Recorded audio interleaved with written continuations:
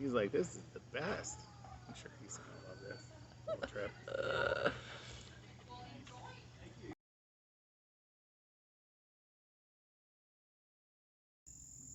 This was our tent for the evening. I keep calling it the cabin, but it's the tent. Came with a fire pit. Has a little table.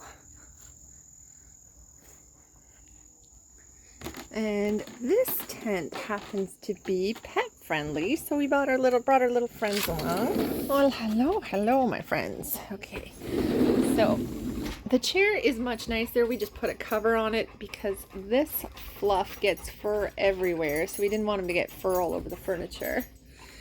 It comes with a fan and a fridge.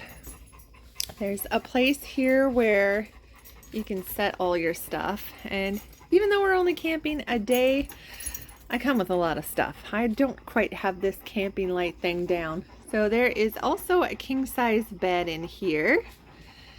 Some fairy lights. The tent is quite spacious. I mean, it is a little tight with these two monsters in here, but we're doing okay.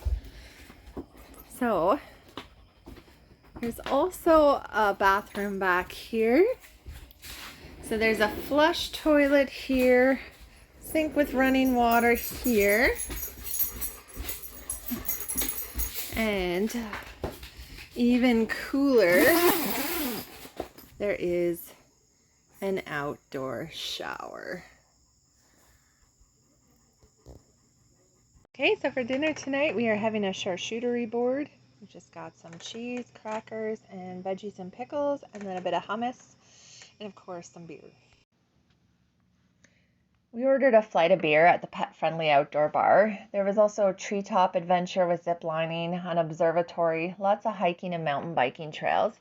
Breakfast, we went to the on-site restaurant. The patio was pet-friendly, so the dogs were able to come with us to that too.